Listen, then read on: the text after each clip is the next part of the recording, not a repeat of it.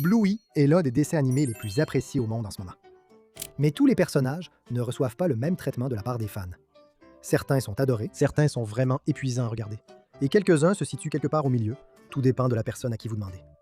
Et aujourd'hui, nous allons passer en revue les personnages les plus aimés et les plus détestés de Bluey. Et certains d'entre eux pourraient vraiment vous surprendre. Commençons par le côté des personnages détestés. Parce qu'honnêtement, c'est plus amusant. Pour commencer, la vieille Carline. Elle apparaît dans l'épisode Mamie Mobile, où elle veut acheter le scooter médicalisé de Dorine. Et dès qu'elle arrive, elle est insupportable. Elle est impolie avec tout le monde autour d'elle. Elle casse une tasse et refuse de la payer. Je ne paierai rien de tout ça. Elle accuse Chili. Elle traite Bandit de gros. Puis elle commence à crier sur Muffin, qui n'a que 3 ans et qui joue simplement. Et puis à la toute fin, après que tout le monde se soit donné du mal pour l'aider à obtenir un scooter électrique, elle leur tire la langue. Au revoir. C'est l'un de ces personnages qui existe uniquement pour être désagréable, et elle le fait très efficacement. Ensuite, il y a Hercule, le chiot Saint-Bernard, qui forçait sans cesse Winton à s'allonger par terre pour pouvoir sauter par-dessus lui. Personne ne voulait jouer à son jeu. Personne n'avait demandé son jeu, mais Hercule s'en fichait, parce qu'il était plus grand que tout le monde, et il le savait. Très bien, je vais juste rester ici et faire ça. Utiliser sa taille pour bousculer les plus petits n'est jamais une bonne chose. Il n'est apparu que brièvement, mais il a laissé une forte impression, et pas une bonne. Maintenant, voici un personnage qui divise les gens plus qu'on ne pourrait le croire. Tina, l'amie imaginaire de Bluey dans l'épisode de la saison 3 qui porte son nom. Tu peux rencontrer Tina. Tina, c'est notre amie. Tina est invisible. Elle cause une quantité totalement déraisonnable de dégâts pour un personnage qui techniquement n'existe pas, et son hygiène est vraiment préoccupante. Je suis désolée. Mais tu pues. Oui. C'était quand la dernière fois qu'elle a pris un bain? C'est dans Tombe, ce que l'émission considère comme tout à fait normal. Elle ignore les conseils, elle se bat avec d'autres amis imaginaires, et elle était tellement destructrice dans la version originale de son épisode que les créateurs ont dû le réécrire juste pour que l'histoire fonctionne. La plupart des gens qui parlent de Tina en ligne sont d'accord. Elle est frustrante à regarder. Elle est conçue pour être chaotique, mais cela ne la rend pas plus facile à supporter. Ensuite, il y a Coco. La caniche rose n'est pas méchante, et il y a des fans qui l'aiment vraiment. Mais Coco a tendance à être égoïste d'une manière très particulière.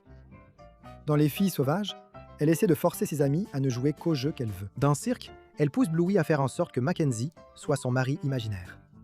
Elle n'écoute pas quand la réponse est non, et ça devient vite lassant. Le fait d'être la plus jeune de 9 frères et sœurs explique probablement pourquoi elle se comporte ainsi. Mais comprendre la raison ne rend pas toujours le comportement plus facile à regarder.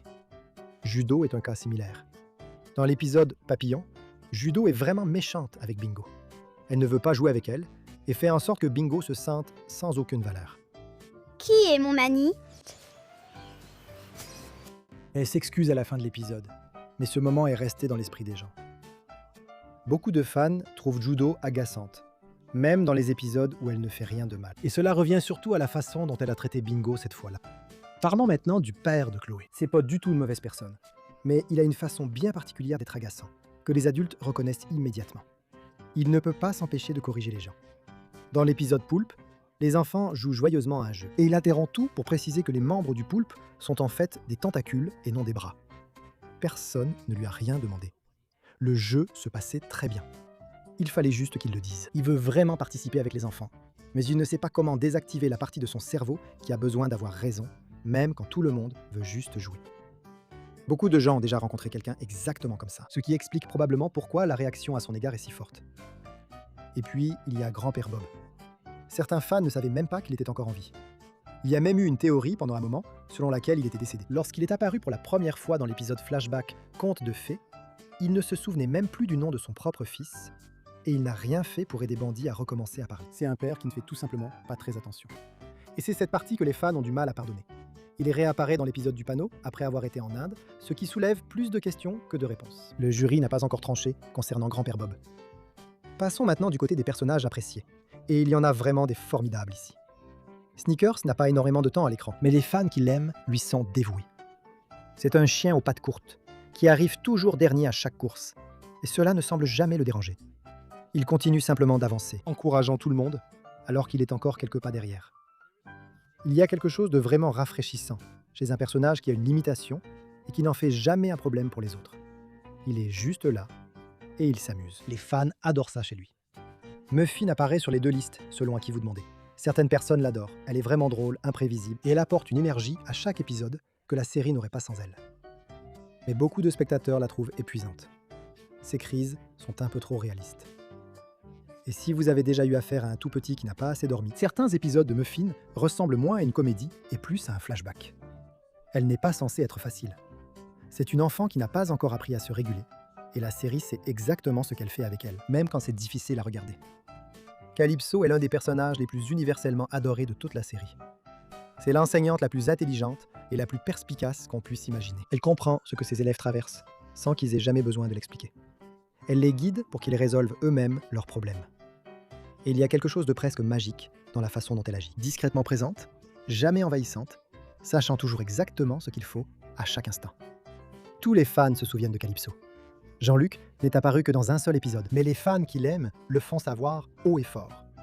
C'est le Labrador francophone que Bluey a rencontré en camping, et leur connexion a été immédiate et authentique. Les gens rêvent de le voir revenir et jouer un rôle plus important dans l'avenir de Bluey. Il est apparu une seule fois et continue de faire parler de lui dans le fandom depuis ce moment-là. Rusty est probablement le personnage secondaire le plus apprécié de toute la série. Son père est dans l'armée, ce qui signifie qu'il gère l'absence et l'incertitude comme une partie tout à fait normale de sa vie. Et il le fait sans en faire un problème pour les autres. Il continue simplement d'avancer, joue loyalement, traite tout le monde avec respect et rend chaque jeu plus amusant dès qu'il y participe. Des épisodes comme Armée et Cricket touchent particulièrement les adultes quand on comprend le contexte de ce que Rusty vit à la maison. Beaucoup de parents ont laissé des commentaires disant qu'ils ont pleuré en regardant ces épisodes. Ce n'est pas une réaction à laquelle on s'attend en regardant un petit chien rouge jouer au cricket. Frisky est appréciée de tous. C'est la meilleure amie de Chili, la marraine de Bluey, et la moitié de l'un des meilleurs couples de la série. Elle est attentionnée, chaleureuse et drôle, d'une manière qui semble totalement naturelle. Le panneau lui a offert l'un des meilleurs arcs émotionnels de toute la série. Personne n'a rien de négatif à dire sur Frisky. Chili est tout ce que Bandy est pour les filles, et même plus. Elle est forte, patiente, profondément aimante, et discrètement, la personne la plus compétente de la famille Hiller. Elle protège les rêves de sa fille, est présente pour sa famille même lorsqu'elle est épuisée, et elle fait tout cela sans jamais en faire tout un plat. Chili mérite tout l'amour que la communauté lui porte. Bingo est aimée pratiquement universellement. La raison, c'est que tout ce qu'elle fait semble authentique. Elle s'enthousiasme comme le font les vrais enfants. Elle se fâche comme le font les vrais enfants. Même lorsqu'elle est difficile, on comprend exactement ce qu'elle ressent. Sa relation avec Bluey est le cœur de la série. Elles se disputent, elles ne sont pas toujours d'accord, mais la chaleur qui les unit est toujours présente. Et Bingo n'est pas seulement une acolyte, elle a ses propres épisodes, ses propres intrigues et ses propres moments où elle porte toute l'histoire à elle seule. Mackenzie est l'un des personnages les plus appréciés de tout le fandom. Il est calme, intelligent, gentil et s'accorde parfaitement avec Bluey. D'une certaine manière, la série y travaille discrètement depuis des années. Les fans l'adorent. Et compte tenu de tout ce que nous savons sur l'avenir de Bluey, il y a de fortes chances que Mackenzie devienne encore plus important pour l'histoire à l'avenir. Ensuite, il y a Bandit. Et il n'y a plus grand-chose à dire sur Bandit qui n'ait pas déjà été dit des centaines de fois. Mais la raison pour laquelle les gens l'aiment est très précise. Parce qu'il n'est pas parfait. Il se trompe, il est fatigué, il a de mauvaises journées qui n'ont rien à voir avec ses enfants. Mais il est toujours là. Ce que Bluey fait avec Bandit, que la plupart des séries ne font jamais, c'est de le laisser être une personne à part entière. Il a des envies, des frustrations et des moments de véritable égoïsme. Et puis, il met tout cela de côté parce que le moment l'exige. C'est pour cela qu'il touche autant. Et c'est pourquoi Bandy Hiller est peut-être le papa de dessin animé le plus aimé de tous les temps. Et comme toujours, on se retrouve dans la prochaine vidéo.